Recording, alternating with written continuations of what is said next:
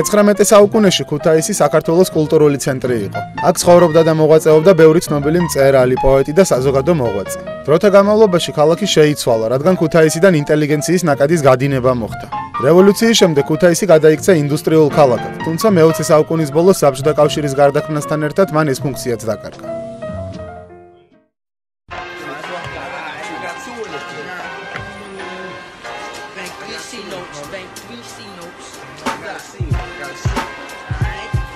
ოთხმოციანი წლების ბოლოდან ქუთაისი ქართული ალტერნატივისა და ანდერგრაუნდის ცენტრი გახდა. ქუთაისში 70-იანებში აქედან შეგვიძლია დავიწყოთ, რომ მელომანების დიდი ნაკადი იყო და დასავლური მუსიკა მოწონდათ, ფირფიტების ყიდვა, განათხოვრება, ასე შემდეგ. რა თქმა უნდა, გარდაქმნამდე საბჭოთა კავშირში ცხოვრობდით, ხო, მაშინ ყველა და არაფერი შანსი არ იყო ისე, რომ გამოჩენილიყო ეს ყველაფერი, რაც იყო დაგროვილი ხალხში, ხო? და მაგის შედეგად გაჩნდა რამდენიმე კლუბი. აი ეს არის მთავარი, მე მგონი ქუთაისში და გამოსავალი წერტილი. ამ კლუბში გაერთიანდნენ ძალიან ბევრი მუსიკოსები.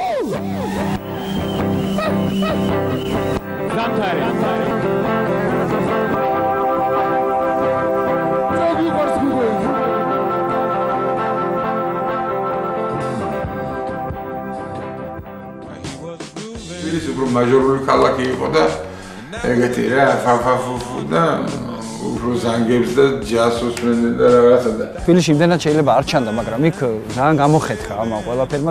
რაც უფრო ხალხი გაბრაზებულია და რაც უფრო მუსიკოსი გაბრაზებულია, მით უფრო მეტი დიდი პროტესტის გამოთქმა უნდა მას. საბჭოთა კავშირის დროს იყო ინდუსტრიის ცენტრი, საბჭოთა კავშირში დაიშალა, აღარ არსებობდა და ქუთაისში უამრავი უმუშევარი დარჩა. ამის გამო ქუთაისში აი როკმა დაიდო საფუძვლიანად მოეკიდა რა ქუთაის როკი.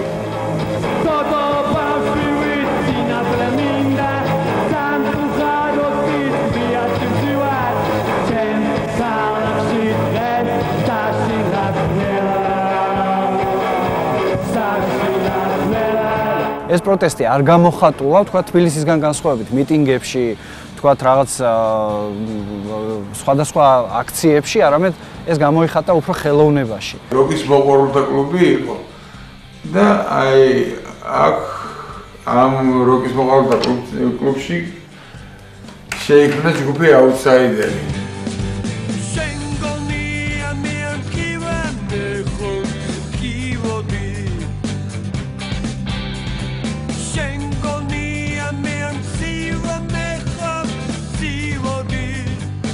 თბილისში უფრო რთული იყო ყველაფერი, ამის კეთება, იმიტომ რომ აი ეს მეგაპოლის როლი თუ რაღაცა როლი ხო? ქუთაისში იგი უბრალოდ მოხდა. არავის არ ქონდა ესეთი რამე, აი პოლიტიკური, ახლა ყველა პოლიტიკოსი, ყველა მუსიკოსი პოლიტიკოსი არის. ქუთაისი ცხოვრობს საერთოდ საუკუნეში ერთხელ, რაღაც 1-20 წლით. ეს არის ჩვენი ფორმა აზროვნების აუტსაიდერლებს იმაზე საბაზე და გიგაზე და ჩვენზე გელაპ აუტსაიდერ დანარჩენები არიან ადამიანები რომელმაც ჩვენ სამაკაცმა ხშირად რო ვერა ვართ ერთად ეს სამი კაცი გავსებენ ის ხო გავსებენ კი არა იმ ხელაზე უყარ ვართ მე მაგათ მერე უდიდესი ბავშვები მიდგან ამ გვერდში რომლებმაც იციან რომ მე რუსენაზე არები და შეიძლება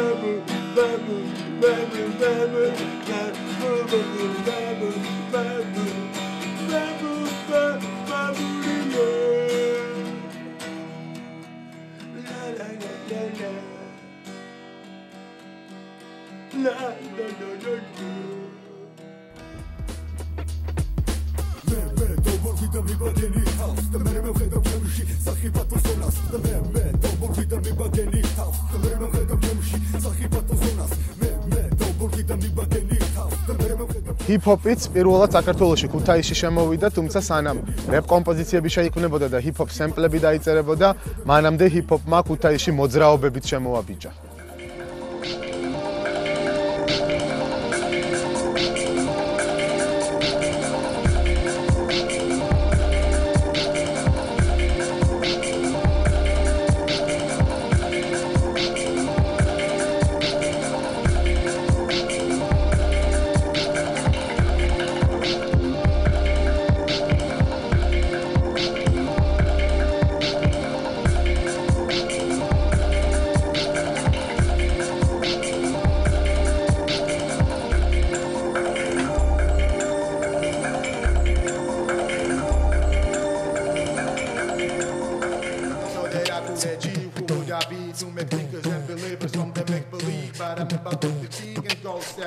მთელი ეს წლები მომავალში წვეცდები დავანგრიო სისტემა არ დავარღვიო წესები ვაკეთო ისე რომ ვეღარ იპოვო მიზეზი და შენ ყველა ფიქრს ახმოვანებდეს ჩემი ლექსები რთულია ქართულად აკეთო უცხო მუსიკა როცა შენ ეს არ გესმის და სადღაც კუთხეში მუსიკა ცნება უნდა გაითავისონ რას ნიშნავს მათთვის აკეთო ჰიპ-ჰოპ მუსიკა და რა არის მათთვის როგორი უნდა იყოს მათთვის რეპ მუსიკა პირველ რიგში ეს თუ არ გაითავისებ აი აქედან იწყება უკვე არასწორი განვითარება აუცილებლად უნდა იკითხონ ბევრი წიგნები ლექსიკონები რათა სიტყვის მაარაგი გქონდეთ რათა არ გაუჭირდეთ ტექსტის წერა და დრამატურგიული განვითარება ტექსტის ну მე ძირითადად ნიუ-იორკული რეპი მომწონს აქედან გამომდინარე მიყვარს ის ჟღერადობა რასაც ეს დიჯეები და ბიტმეიკერები აკეთებენ და ყველაზე დიდი მასწავლებელი ისე ჩემთვის ისევისაა რასაც უსმენ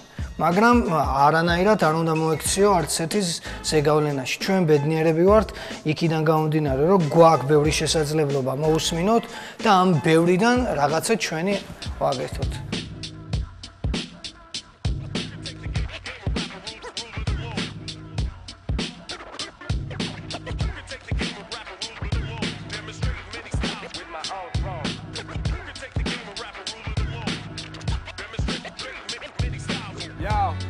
Jazz in the house, ჩემი ლირიკა გამოიწვევს დიდ ხმაურს, ჩემი flow დაგაწახებინებს wows, როცა მე მიკროფონით ხელში წავიკითხავ რიტმს ბიტზე, შენ ვერ გააჩერებ თავს, რადგან მე მომაქვს ნამდვილი ჰიპ-ჰოპი და ამის თევა არ გეგონოს ადგილი, მე ამისგან ვარ დაღლილი და ვცდილობ ყველაფერს მივუჩინოთ ამ თავის ადგილი. რესპექტი ყველას ვინც გვისმენს და არ იცის დაღლა, რესპექტი ყველას ვისაც არ ეზარება ხელების აწევა მაღლა, რესპექტი ყველას ვისაც გულით უყვარს ეს მუსიკის განხრა, რესპექტი ყველა MC-ს, ყველა DJ-ს, ვინც ჰიპ-ჰოპს აძლევს ხალხს და უკან არ ღებულობს არანაირ თანხას, რადგან ჩვენ ვცხოვრობთ სადაც ჰიპ-ჰოპს არ აქვს არანაირი ფასი, აქ ხალხმა საერთოდ არ იცის ჰიპ-ჰოპის არსი, არც შინაარსი, მაგრამ ჩვენ მაინც ვაკეთებთ საქმეს ისე როგორც წესია და ყველაფრის მიუხედავად ქუთაისი მაინც ფეხზეა. დავიწყე 13-14 წლის ასაკში, მაშინ უსმენდი, მქონდა უпроსტად მეტი არც ვერც ვიშოვიდი რომ მომენდომევინა, მქონდა ემინემის და თუპაკის დისკი და იმის და მიხედვით მომეწონა ეს რეპი ასე ვთქვა და სინჯემეც გამერიქვა. ეხლა რა სიტუაცია? ახლა კიდე ჩამგდარია ყველაფერი. ახლა საერთოდ არაფერი არც კლუბია, არც DJ-ია, არავინ არ არის, ვარ მარტო MC წერთ სიმღერებს სტუდიაში და ენთუზიაზმი, რა თქმა უნდა, ფულს არავინ არ გვიხდის, ჩვენი სურვილით ვაკეთებთ და ჩვენ სურვილს ვიკლავთ ამით. შენი გეგმები მაინტერესებს, რას აპირებ მომავალში? ჩემი გეგმები, ჩემი ოცნება არის და დიდი სურვილი და გამოუშვა ალბომი და ჩავწერო. და რა ვცდილობ ახლა ჯერ მაქვს რაღაც ტრეკები გამზადებული და კიდევ წერ და მე მგონი გამოვიხდით მაგრამ წარმატებები წავიდეთ სტუდიაში და ცოტა გავურეკოთ. წავიდეთ. In the house, yo, hip-hop ჩემს ვენებში, hip-hop ჩემს ვენებში, მე შემიძლია დაგანახო სამყარო, სხვადასხვა ფერებში, მერე რა რომ გავიზარდე საზოგადოების დაბალ ფენებში, hip-hopია ჩემს ვენებში, ვიკვებები თქვენი ყურადღებით დამემშია, ლირიკული ინფექცია ცხაერშია, ჩვენ დავარღვიეთ სიჩუმე და ქუთაისის ფეხზე დგას. უფლებას მივცემ თავს, გესაუბრო იმდენი რამდენი საქმელის მაქვს და თუ ვერ გაიგებ ჯანდაბას ბიტებს, აზრის ჩამიხმა და მე ვატარებ ფინტებს, გავწვდი ლირიკას რამდენსაც ჩემი გონება იდევს, ჩემთვის ბევრ ამას ნიშნავს ეს სიმღერა და ვინც ამის ფონზე თავს აქნევს, მე მათი მჯერა სათქმელს, ვამბობ ისევ ჩემებურად, ვაკეთებ საქმეს, ძველებურად, შემომხედე და მიხვდები რომ ეს სხვა არ მინდა, ვადგავარ გზას, რომელზეც ვიდექი თავიდან და მომიყვანა დღემდე და მე თუ არა, ჩემს ჰიპ-ჰოპს მაინც ენდე ხელები მაღლა და მაღლა არ გაჩერდე არავის არ ვაბეზრებ თავს ჩემი ლირიკით პირიქით გავდივარ პონს მართალი სიტყვის თქმით ხოდა თუ გჯერა ჩემი ამაზე უკეთესად დღეს ვერ გაგართობს ვერაფერი ჰიპ-ჰოპი ჩემს ვენებში მე შემიძლია დაგანახო სამყარო სხვადასხვა ფერებში მერე რა რომ გავიზარდე საზოგადოების დაბალ ფენებში ჰიპ-ჰოპია ჩემს ვენებში ვიკვებები თქვენი ყურადღებით დამემშია ლირიკული ინფექცია ცხაერშია ჩვენ გავარღვიეთ სიჩუმე და ქუთაისის ფეხზე დგას ეჭვგარეშია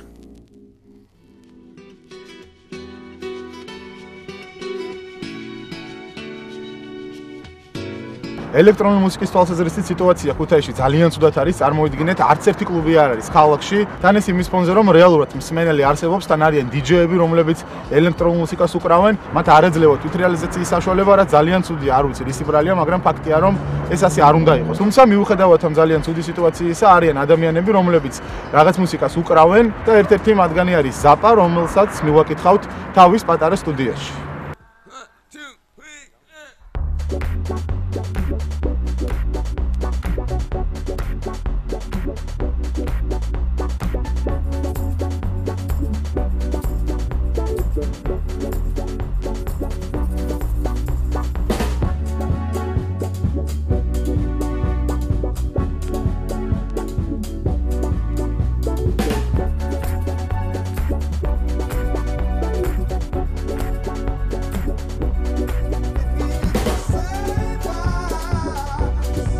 ქუთაისს რაც შეეხება 90-იან წლებში იყო ძალიან კარგი ანდერგრაუნდი, როდესაც წამოვიდა პანკ მუსიკა, როდესაც წამოვიდა ალტერნატიული როკი და შემდეგ უკვე სხვადასხვა პირველი ელექტრონში კი ესე რომ ვთქვათ, ქუთაისიდან იყო, ეს არის ბაჯუ, რომელიც დღეს ხეობითაც აკეთებს უფრო space და trance მუსიკას. ამ ეტაპზე შეიძლება ითქვას, რომ ქუთაისში საკმაოდ დიდი და ბევრი მსმენელი ყავს ელექტრონულ მუსიკას, მაგრამ სამწუხაროდ არ მიეწოდება იმ რაოდენობით, როგორიც საჭირო არის.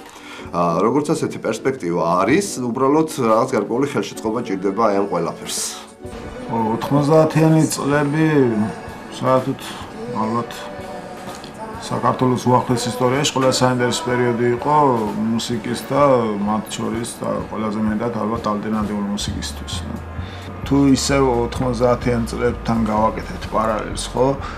ბევრად უფრო რთული პერიოდი იყო პოლიტიკურადაც, ეკონომიკურად დაუმძინვარებდა ხო ქვეყანაში, მაგრამ ეს მოხდა და მოხდა იმ უბრალო მიზეზის გამო, რომ ძალიან ნიჭიერი მონდომებული და ამ საქმეზე შეყვარებული ხალხი გულისხმობს ევი გვაჯალაძეს და იმ ჯგუფს, რომელიც მეორე ახსენ მუშაობდა, რომლებმაც საკმაოდ ესეთი ინტენსიური და პროფესიონალური პროდიუსინგი გაუკეთეს ამ ჯგუფებს. აი ეგეთი ხალხია საჭირო.